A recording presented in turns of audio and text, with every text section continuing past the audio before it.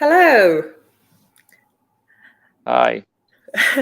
So, as you know, my name is Sophie Lewis. I'm a writer and author and lapsed academic who has written on the history of family abolitionism, this very sort of provocative phrase, which in some senses is also not as scary as one might assume, in the sense that, the call to abolish the family, although it conjures for many people a vision of sort of dystopia, state enforced, mandated separation of people, and so on, is actually a call to support and multiply the existing bonds and infrastructures of care that capitalist society currently organizes in a hyper-privatized way for its own benefit. And in that sense, it has been said by a journalist in the UK that the Cuban referendum of 2022, which passed into law a new code for families, was tantamount, in a sense, to family abolition. Now, this was suggested by Sophie K. Rosa, a different author who looks at, intimacy and love from a critical Marxian feminist perspective. I'm not sure I would necessarily go so far as to pronounce Cuba as having, quote unquote, abolished the family, Michelle. But I wanted to sort of start here to ask you what your response might be to such a claim. Would you say that the Cuban code on families goes in the direction of a sort of abolition of the private nuclear household, or would you say that language is currently unhelpful in the conversation that is taking place between the civil society actors, the LGBT and feminist and independent sort of civil groups in Cuba who were all pushing for the referendum and the redefinition of family versus the more traditional groups who, as I understand it, were really saying that the referendum was part of a global plot to destroy the traditional family structure. And I wonder whether you would care to comment on whether. Yes, thank you very much, Sophie. Thank you for having me, and thank you. I also would like to thank Transformed for the opportunity to come here to explain and talk a little bit more about the Cuban Families Code. As you properly mentioned, I have to make the point that it is the code of the families in plural. And the short answer to your question would be most certainly not. The Cuban Family Code is in no way trying to abolish the family. Quite the contrary. This code is the code of love. It's being termed as the code of affection, the code of love, because it actually does quite the opposite. It goes to expand and redefine the concept of family beyond what has been traditionally considered to be a family. It goes to the point of redefining the code of family beyond the purely biological blood relations between family members, and to expand this concept and to expand the notion of family on the basis of social affectionate relations. So in short, the answer would be most certainly not.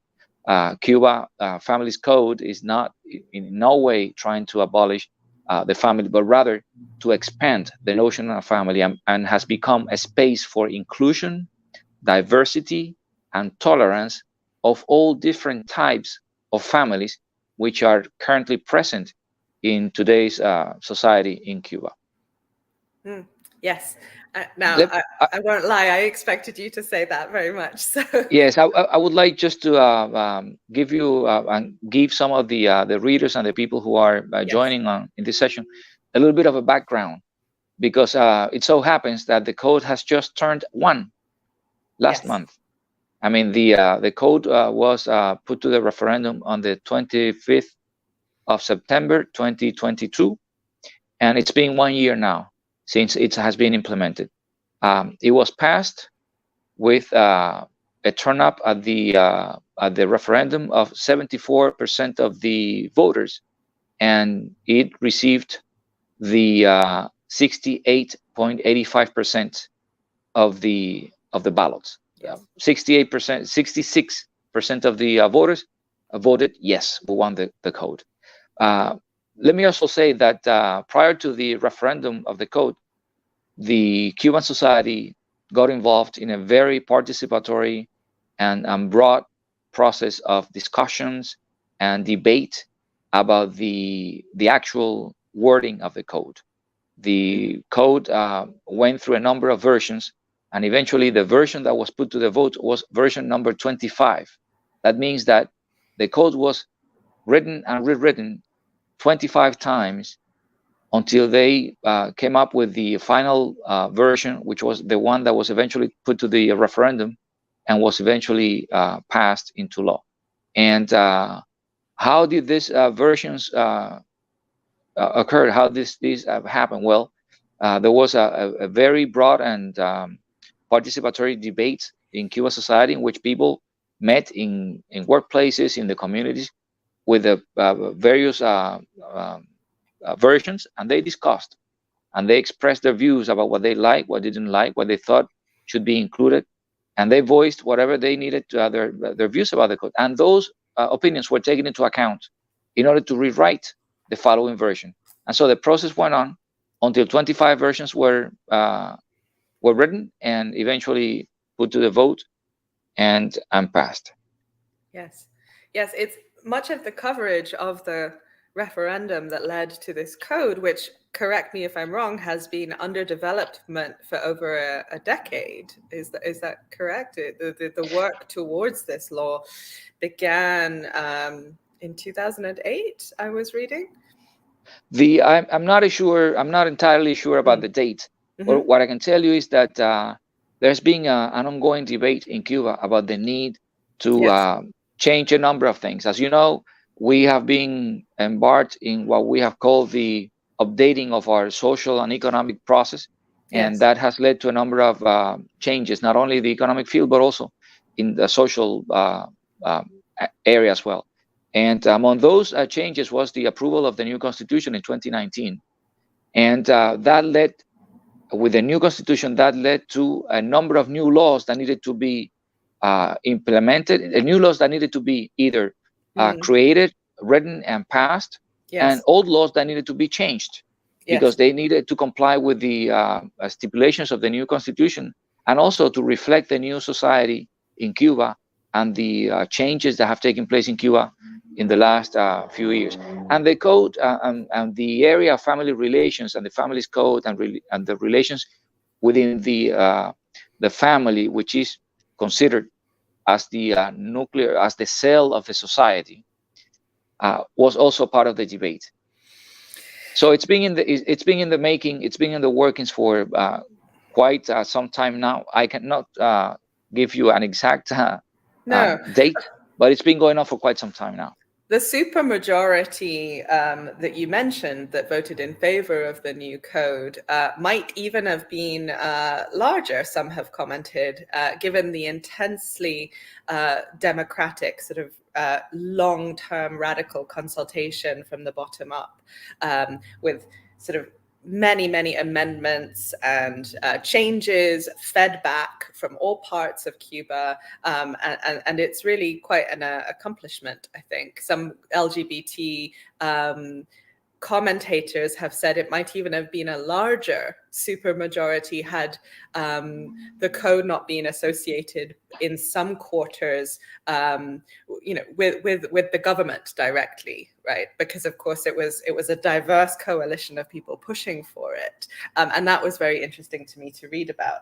In the international context, coverage has focused perhaps disproportionately on the single issue of gay marriage and the LGBT content of the new Families Code. But in fact, there are over 400 articles in in this new legislation, which range across all kinds of issues, including the prohibition of child marriage and the protection of grandparental rights.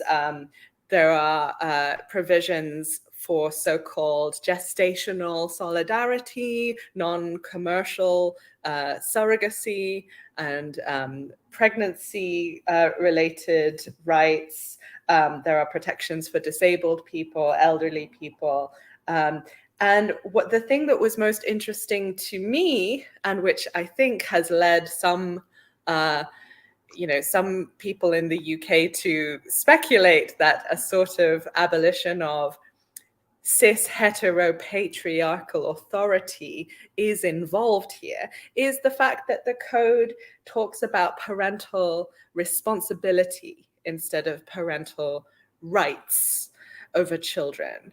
And I wondered if you would be comfortable talking a little bit about that, because as somebody living in the United States, where an incredibly reactionary campaign is underway under the banner of parents' rights, I think there is a lot for us to learn here on the left from a society that has actively sought to dismantle the concept that parents have entitlements of a possessive nature over children that they happen to have birthed or created genetically. Yes, yes, very much a very topical issue, and I'm very glad that you made that point, because one of the main narrative about the family code in Cuba internationally has been focusing on those issues which have been like traditionally issues of that sometimes have been also used in order to attack the Cuban Revolution. And you mentioned same-sex marriage, and also you mentioned the parental responsibility, and I'm going to talk about that later on. But let me just mention that you are very much right to mention that the code has more 400 articles, and they include, like you said, a very wide range of rights. And most importantly, what I believe the code does is that it actually provides rights to a number of people and members of the society that in the past had become invincible, yeah. And they were struggling on a daily basis, basis to in order to deal with issues of, for example, succession, hereditary issues, for example, or right and communication between the grandparents and the grandchildren. When you had original marriages, that couples that divorced, and then they wouldn't let they wouldn't let their children to see their other grandparents and so on. So the code addresses all these issues, and same-sex marriage is just one of the various issues that is included in the code, because, like I said earlier, the code says and establishes that marriage is the voluntary union between two persons. It doesn't mention whether they have to be different sexes or not. In the past, it used to be between a man and a woman. Now you got rid of that, and the code says between two persons who voluntarily decide to live together on the basis of love, to establish a family. And that's why we continue to say that it is the code of inclusion and affection and love. And the other issue that has been one of the targets of the most vicious campaigns against Cuba is the issue of the parental responsibility, as was included in the code. Let me recall that in 1960, there was a major operation set up by the CIA and with the help of the Catholic Church and counter-revolutionaries in Cuba, which resulted in tens of thousands of Cuban children being sent to the United States because of fear of communism and because of fear that the state would deprive their parents of their pater potestas. And correct me if I'm wrong, but I think, is that the right naming in English? Pater potestas, which in Spanish is patria potestad. Yes. And then what we have done in this code is move further ahead, move into a more progressive and contemporary approach, which is the parental responsibility. Pater potestas comes from Latin. I will just interject that the more common term in English is pater familias. Okay, pater. Well, in Spanish we say patria potestad, which is pater potestas, and that comes from Latin, which means like the ownership of the family, of the father of the family. And you're right to say that there were, for many years, there was this idea of that the an entitlement over the children and the family that they had created. When in fact, what we are doing with this family code is incorporate the wording and the concepts that are now being used, particularly in the UN Convention of the Rights of the Child, which is basically parental responsibility, because you have a responsibility towards the child, but the child also has the right to be heard.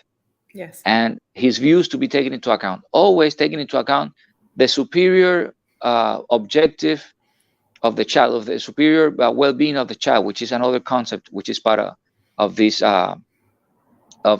new wording and this new concept that we have introduced. And this is something that is more in tune with the current society and today's world. As part of the parental responsibility in the Cuban Families Code, it also states that, for example, the parents have the responsibility to educate their children, but they cannot use in any way anything that is harmful to the dignity of the child or to their well-being, psychological or physical. They cannot use like disciplinary actions that are physical abuse in nature, and they have to oversee and make sure that the child is raised in an environment of well-being and care. And that is, I believe, a concept that is broader than what we used to have before, and therefore it is a more encompassing concept that is more inclusive, and I think it results better in the ultimate benefit of the child as well. Yes. The United Nations has, for many years, reported that the United States, where I am situated now, is one of the most regressive countries in terms of children and youth autonomy, the rights of children, the freedoms of children.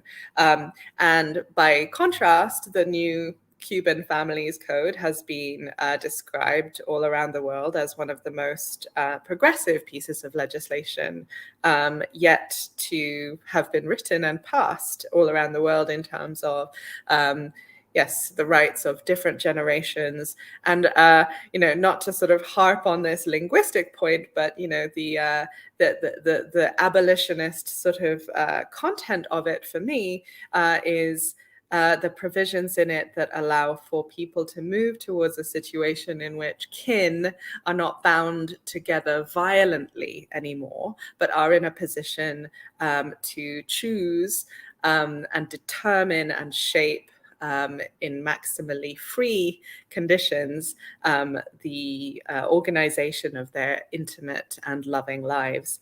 I'm just going to pause here to encourage people to put their comments and questions for Michelle and potentially for myself in terms of my writing on the history of family abolitionism, gay liberation, women's liberation, children's liberation, wages for housework, and the National Welfare Rights Organization's family abolitionist content in the US, and so on. This sort of potted history I've provided recently, which goes back beyond the Bolsheviks, beyond the Marxist call for family abolition, all the way back to the early 19th century utopian socialism of Charles Fourier. I'm also happy to answer questions on that disjointed history of calls to abolish the family It seems like we've temporarily lost Michel. Oh, he's back. That's great.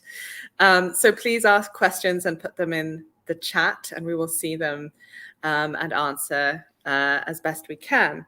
But so for me, the linguistic choice of abolition is not a strategic kind of policy platform by any means, but alongside my colleague M.E. O'Brien, whose book Family Abolition, Capitalism and the Communizing of Care is out from Pluto Press, it is important to join up different struggles towards what Marxists call the abolition of the present state of things, which includes the carceral and prison industrial complexes and more, with the abolition of the private unit of capitalist society, the proprietary form of love, which Alexandra Kollontai, the Bolshevik leader, theorized as a sort of component part of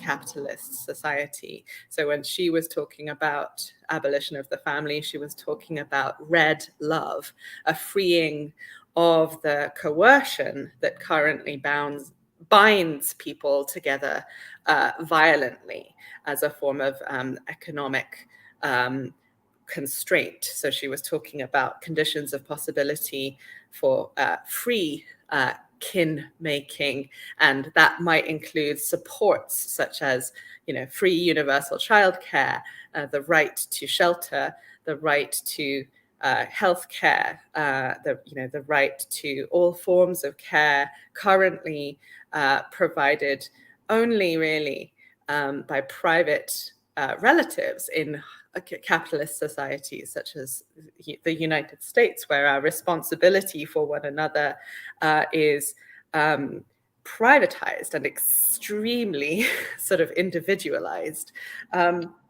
So I wanted to sort of bring this back a little bit to, yes, what you might deem next steps, Michel, because all revolutionary processes are continuous, and I'd be very curious to know what the debates currently are for strengthening, extending, expanding the existing sort of framework to incorporate perhaps even more forms of intimate life within the Cuban concept of family.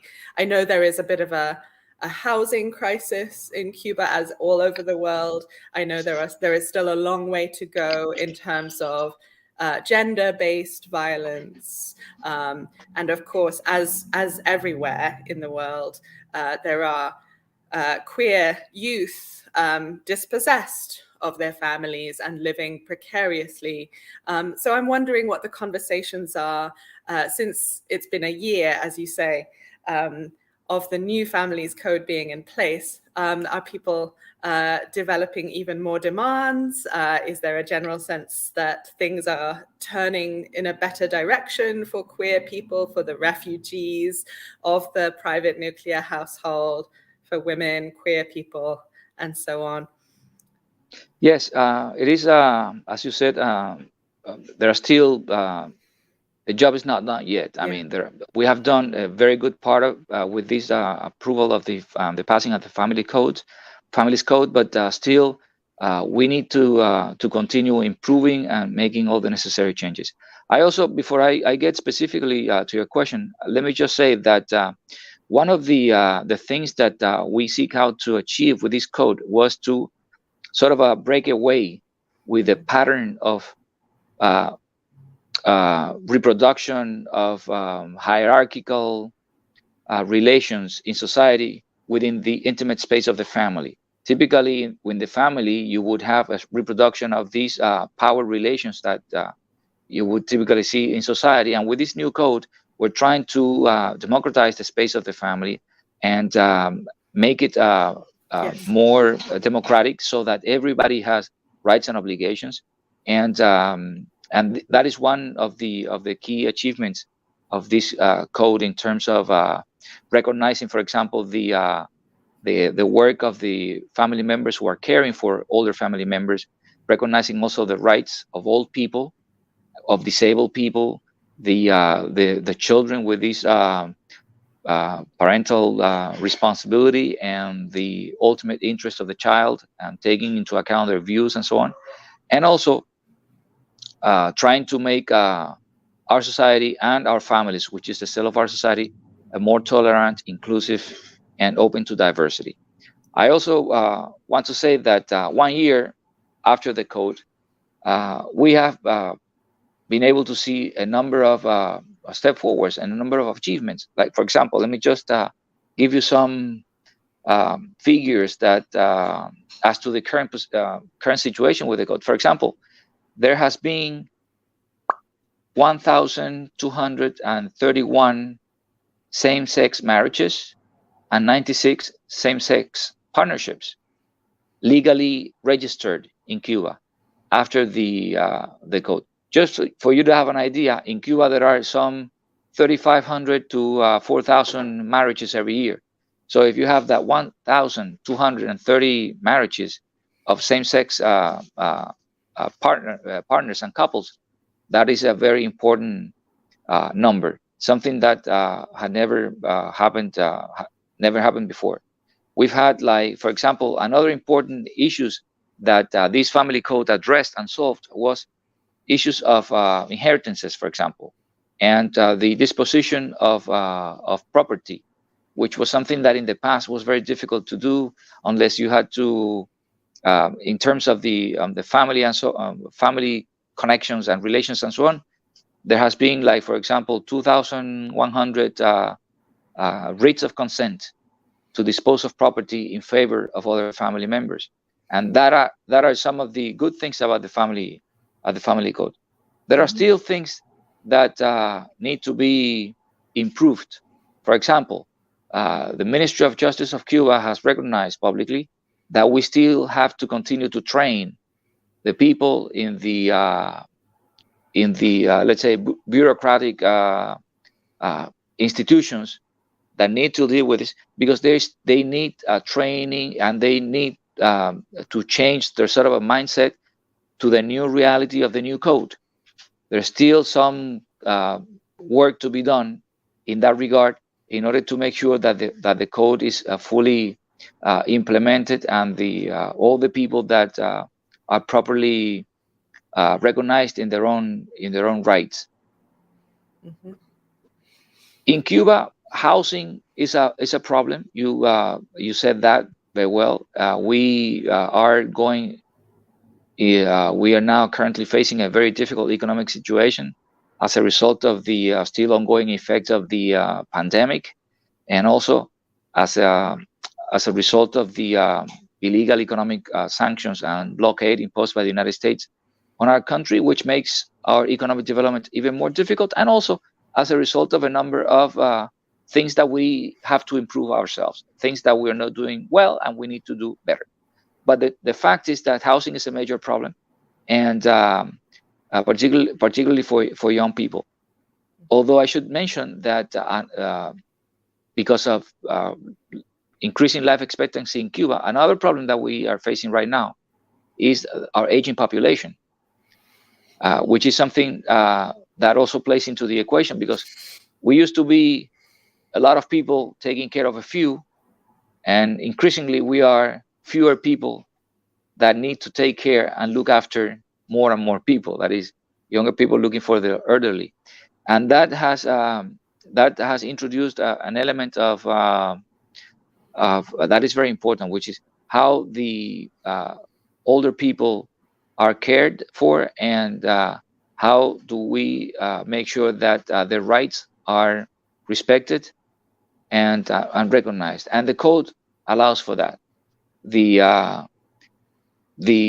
One of the elements of the code is that it recognizes that the children have a responsibility to care for their family members and their elderly, and at the same time, these old people, they also have a say in how they are treated in their older years. And it also defines that it needs to be taken into account not only caring in terms of providing a housing or providing economic means, but also caring in terms of well-being and psychological and love and affection to these old people, because it's not only to care for them in terms of providing, material stuff, a house, a bed to sleep, but also affection as well. And these are important elements. In terms of the LGBT community, there is a very very vibrant movement of LGBT activists in Cuba, and the new legislation, the constitution that was passed in 2019, specifically states that no person can be discriminated against on the basis of their gender or sexual orientation or sexual preference. Therefore, it creates the framework, the legal framework, in order to make sure that the rights of the LGBT community is also respected and is also taken into account. Of course, there are a number of issues that also have to do that also interconnect with the real situation in Cuba. Like, for example, if we have a housing problem, it is very difficult for young people. But then I am sure it is even more difficult for a young member of the LGBT community. And so these are things that are being addressed through various programs. The housing program, there's a program to increase the building of houses. Facilities are being given for people to build their own houses, not only for the government to build houses but people to build their own houses. And there is a national center for sex education, which has been at the forefront of the battle for the rights of the LGBT community in Cuba.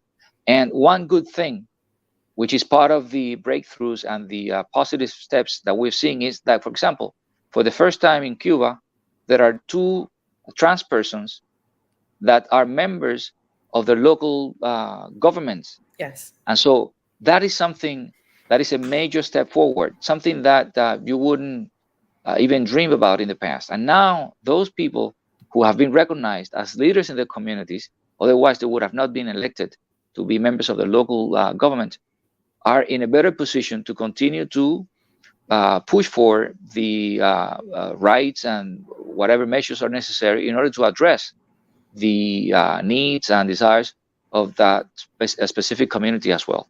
Yes. Yes, I was going to raise the fact that there are trans members of government in Cuba at the same time as, however, trans people are not mentioned in the family's code explicitly, and there remains much work to do in combating transphobia, as well as homophobia and gender-based violence in Cuba, as in any society. And the Cuban LGBTQ activist Yasmin Portales Machado it has been commenting on the need to keep monitoring the progress as this first step consolidates, this very positive first step of the family's code. She says it will be important to keep pushing for the strengthening and protection of abortion laws, the elaboration of laws against gender-based violence, hate speech and hate crimes, access to health, education and employment for transgender people, which are already in place in Cuba. The health-based approach to transsexual identity has been pioneered in a way in Cuban society. But I wanted as well to bring in some of the comments from the chat. We have comrades talking about the limits on, you mentioned the sort of responsibility of young people to care for family members. Those responsibilities cannot be met in a context where the family is a site of violence and abuse, which unfortunately, statistically, there is very much, a disproportionate amount within families. The family, statistically, worldwide, is where the vast majority of sexual and child abuse takes place, as we know, and we must not have a romantic view of the way that families actually live out their intimate bonds under conditions of sort of, economic hardship, and outside of Cuba, ultra capitalist sort of atomization and structural impunity, right? Which the Catholic Church and other bodies are in fact trying to double down on, saying that there is almost a sacred duty for parents to have a kind of right to decide children's and youth's bodily autonomy for them, right? And so someone in the chat, a comrade in the chat, is saying that, of course, some children cannot and must not be expected to maintain caring ties with adult relatives who have mistreated them. And that's, I think, a very important point to underline.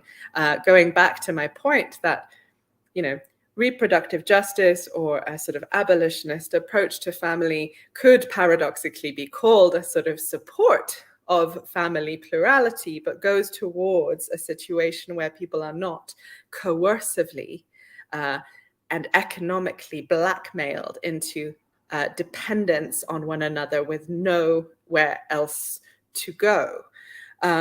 And I know I assume you agree with this point, Michelle, but it might be worth specifying that an important part of the Families Code is protection from family members who have, derelicted a duty of care.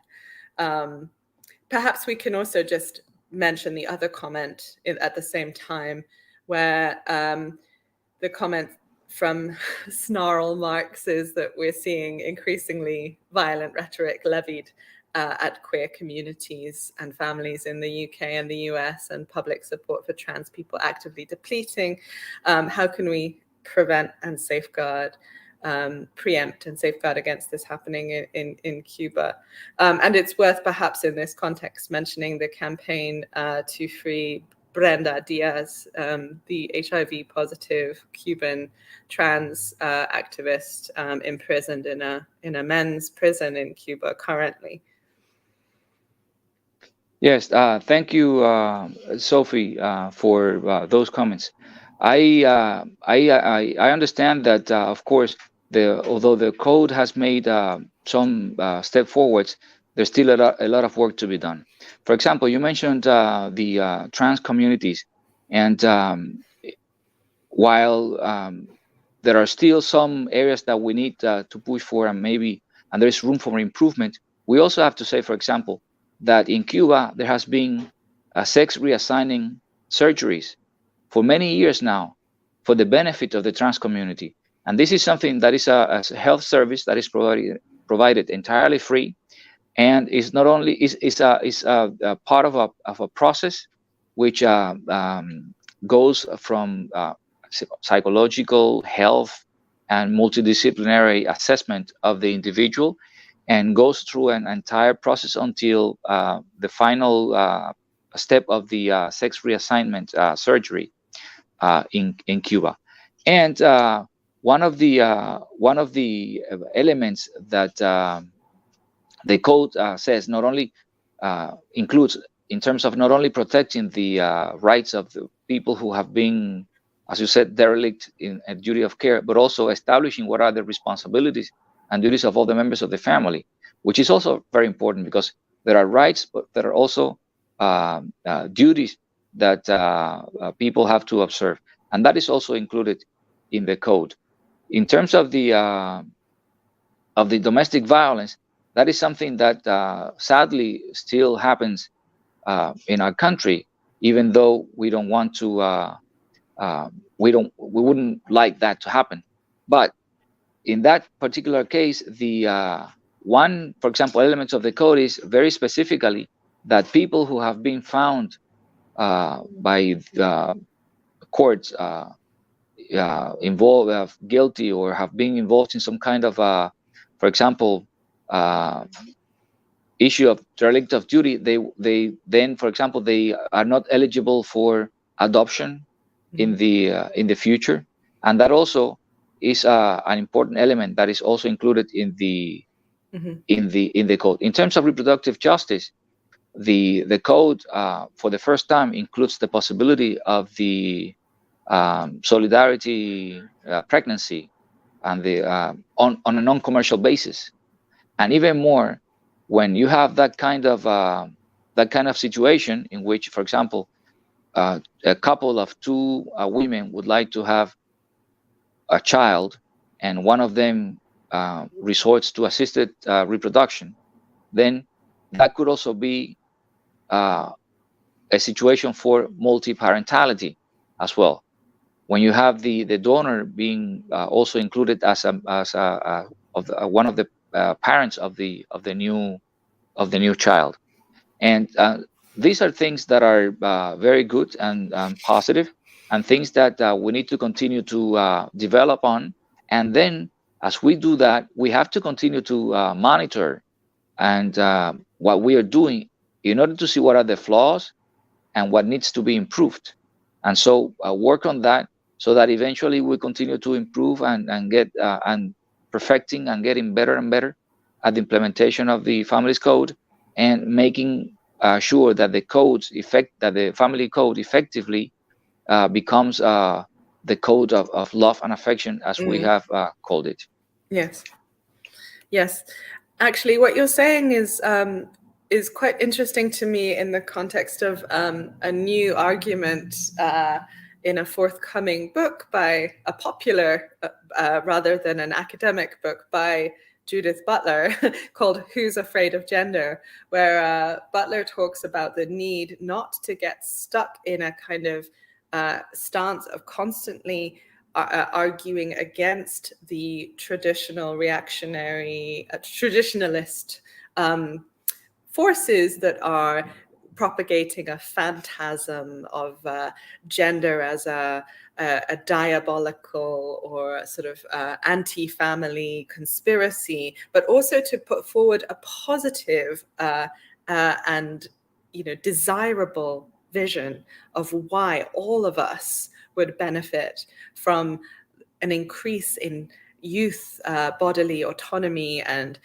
children's rights and intergenerational freedom and sort of support, and this code in a way answers that argument. It's a book called Who's Afraid of Gender, right? And gender has been used by the Pope in many sort of publications at this point.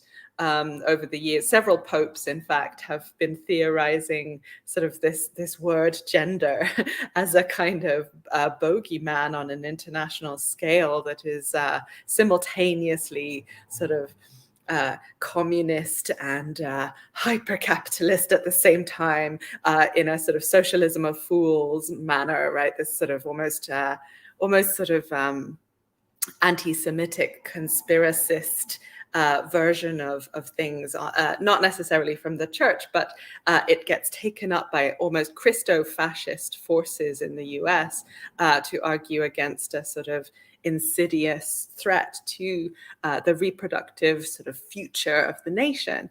And Butler is arguing that instead of rationally always arguing, no, you are incorrect about these consequences of bringing reproductive justice into society, you are incorrect that there are dangerous, nefarious consequences for expanding trans freedoms and so on. We also just need to start building the vision of care within autonomy and sort of interdependence within a framework of solidarity. And I think in some ways this so-called law of love, as it's been called, this sort of plural families code, is one such concrete instance, painting a vision of a society in which people's kinship comes with responsibilities and not just rights. I agree with you that this families code is precisely trying to enhance and potentiate the issue of love and affection as a central element in the relationship between people. Mm. That is the most important thing, and that is one of the things that the code set out to achieve, which is to make sure that we provide the framework for an inclusive, tolerant, diverse society reflected in our laws, as we have a society in our country. And being love the most important, in love and affection, the most important element, because when you put that in the center of the debate, when you put love and affection in the center of the relation between people, and you decide that or you also include them as a part of the elements defining kinship, and not only on the basis of genetics and biology, then you are making a more inclusive society, which necessarily have to be for the better. Yes, thank you. Yes. So I think this is as good as any a place to wrap up. I think we've really got a sense of a step towards a situation in which there is less sort of burdensome and coercive, sort of extractive obligation being placed on individuals as a result of biogenetic coincidence. In my work, I have talked about human beings being the makers of one another, and the task of communism being to learn to act like it. And in a sense, I think that's very much what I've been getting from this conversation as well. In a capitalist society, in the family, too much is being asked of too few. And in this sort of process of democratic,